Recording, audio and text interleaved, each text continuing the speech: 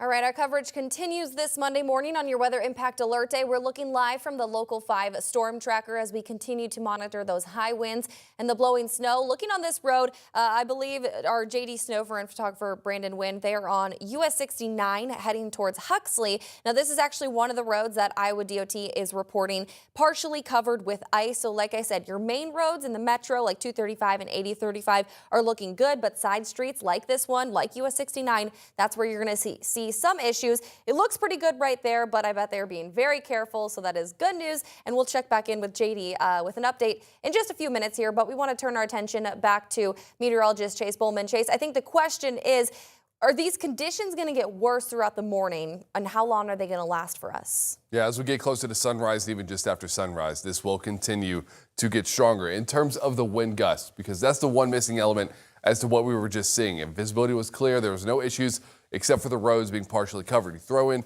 some blowing snow with a good wind gust, and that does create for a pretty rough start to the day. Now, this is nothing compared to what we were seeing last week in terms of wind speeds, but now we have the right snowfall element for that to pick up. We're starting to see more wind gusts coming in, especially with Lamoni picking up to 30 miles per hour, Creston, Sheraton at 26, Centerville's at 25, Des Moines at 25, even Carroll up to 29 miles per hour for the wind gusts.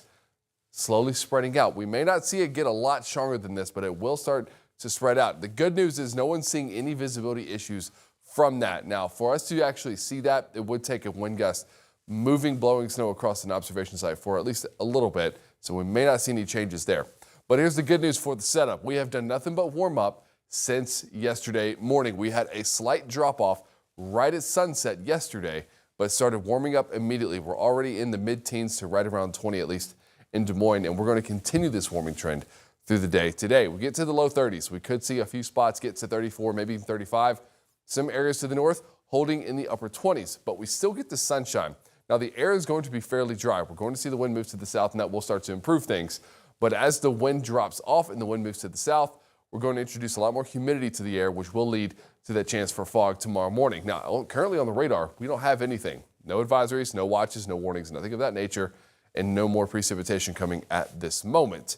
But we do have to change focus once we get through this morning. But once you're walking outside, it's still cold. We've got the mid-teens to right around 20 degrees. I don't want to say sit here and enjoy it, but we do at least have a warming trend coming our direction, but it will put us fairly far above seasonal average.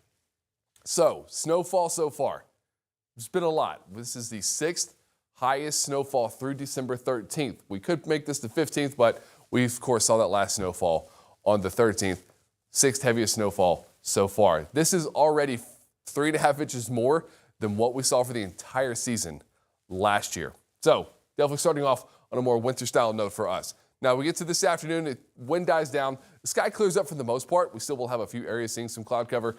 Tuesday morning fog, mostly in the northern half of Iowa, maybe reaching down through the metro. This will be freezing fog, meaning it will freeze on contact with roads and cars. Now, the level of fog or the density of it will be the primary factor. If this stays fairly thin, very little issues, but if we can get some dense fog, that's where we could start to see some travel impacts. Once that clears up, things look a lot better. We go on a warming trend. We'll show you that in 30 seconds.